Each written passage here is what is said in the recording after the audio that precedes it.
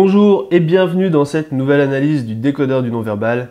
Aujourd'hui, on va étudier un extrait vidéo qui met en scène François Hollande, car à peine sorti de sa voiture après un trajet entre Paris et la Normandie, un journaliste de BFM TV lui pose la question d'un potentiel excès de vitesse du convoi présidentiel. Alors, François Hollande, le savait-il ou non? En était-il conscient ou non? C'est ce que l'on va s'attacher à décrypter dans la suite de cette analyse. Alors la vidéo date un peu, mais elle ne perd pas pour autant son sens. Je dirais même qu'elle présente un double intérêt, à la fois dans l'analyse de la gestuelle, mais aussi dans l'analyse vocale, c'est-à-dire la voix. Je remercie d'ailleurs Gwen, un fidèle lecteur du blog, de m'avoir transmis l'info par email. Alors l'extrait dure seulement quelques secondes, je vais le passer 3 fois de suite pour que vous puissiez, dans un premier temps, prendre connaissance des éléments de la vidéo. Une seconde fois, je vais le passer pour que vous puissiez prendre conscience de la gestuelle. Puis une troisième et dernière fois pour que vous puissiez vous concentrer votre analyse sur la voix de François Hollande. Alors si vous êtes prêts, on démarre tout de suite et puis on se retrouve juste après pour l'analyse non verbale. 14h55, François Hollande arrive à destination, la conscience tranquille. Pas d'excès de vitesse? Pas d'excès de vitesse, je sais pas, non, ça a été signalé, non. Petit retour en arrière. 14h55, François Hollande arrive à destination, la conscience tranquille. Pas d'excès de vitesse? Pas d'excès de vitesse, je sais pas, non, ça a été signalé, non. Petit retour en arrière. 14h55, François Hollande arrive à destination, la conscience tranquille. Pas d'excès de vitesse?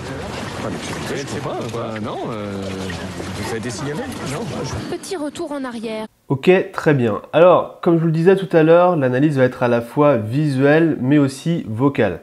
Alors, prenons tout d'abord la température de la scène et établissons une rapide baseline. Comment se sent le président à la sortie de sa voiture? C'est-à-dire avant que le journaliste ne pose la fameuse question.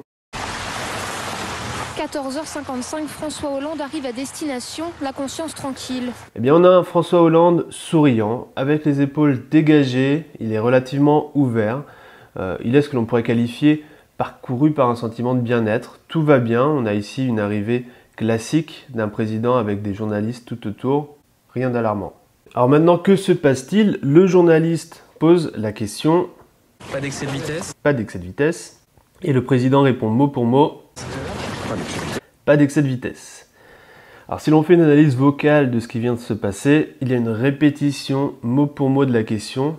Alors cette façon de répondre s'observe très souvent lorsque l'on est pris de court par rapport à une question qui pose problème. Alors François Hollande n'a pas le temps de penser à une réponse construite. Et comme l'attente prolongée d'une réponse pourrait éveiller les suspicions, il répète automatiquement et sans réfléchir ce qu'il vient d'entendre. Il vient de se faire épingler par le journaliste sur un sujet délicat et comme il n'était pas sur ses gardes, qu'il ne s'y attendait pas, il a besoin de sortir une réponse rapidement de sa bouche. Maintenant, je vous repasse juste ce passage et on va regarder désormais du côté de la gestuelle. Pas d'excès de vitesse? Voilà ici. Alors le sourire authentique, qui est un signe de bien-être et qui disparaît au profit d'un geste d'inconfort. La tête est prise par la gravité, c'est-à-dire qu'elle se dirige vers le bas. La transition entre bien-être et inconfort est ici très nette. Et à la suite de la question, François Hollande fuit du regard pour traiter l'information qui vient juste de lui tomber dessus.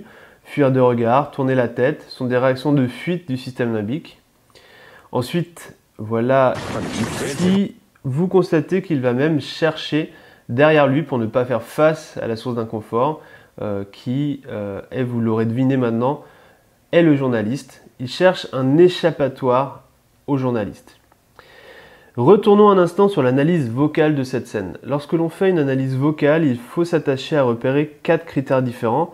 Alors je ne vais pas rentrer dans les détails parce qu'il s'agit d'un cours entier de ma formation non verbale en action, mais voici ces 4 critères. Il faut s'attacher à prêter attention d'une part au volume de la voix, ensuite à la hauteur de la voix, au tempo, c'est-à-dire au débit de parole, et dans un dernier temps aux perturbations vocales.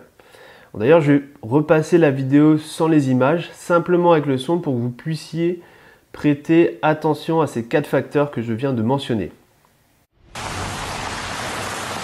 14h55, François Hollande arrive à destination, la conscience tranquille. Pas d'excès de vitesse? Pas d'excès de vitesse, je sais pas, quoi. Non, ça a été signalé? Non. Petit retour en arrière. Pour le premier critère, c'est-à-dire le volume, c'est un élément qui est difficile à prendre en compte dans cette analyse. Je ne remarque pas de variation particulière.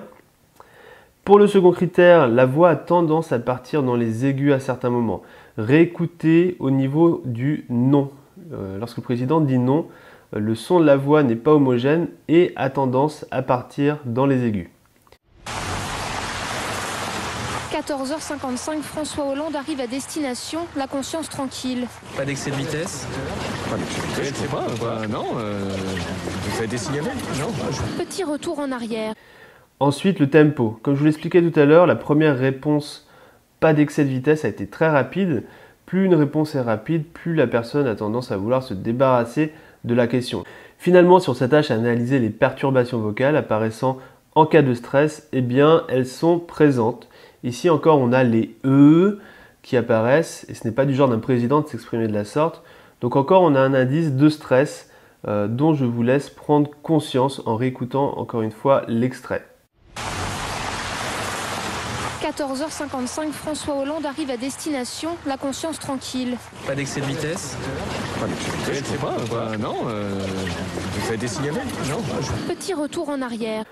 Maintenant, pour terminer cette analyse, je vous propose de regarder le dernier passage juste avant que la vidéo ne coupe.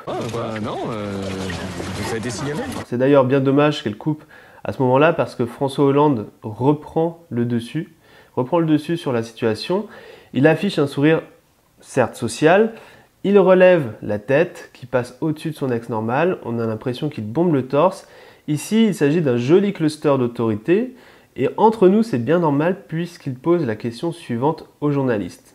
Non, ça a été signalé? Et regardez, c'est désormais le journaliste qui a une position de gravité, la tête vers le bas, la situation s'inverse et la raison vient certainement du fait que poursuivre le convoi présidentiel, le journaliste a dû lui-même enfreindre le code de la route, c'est-à-dire que la situation se retourne contre lui, le président a repris ses esprits et il en joue même à la fin, il se veut légèrement provoquant, voire taquin.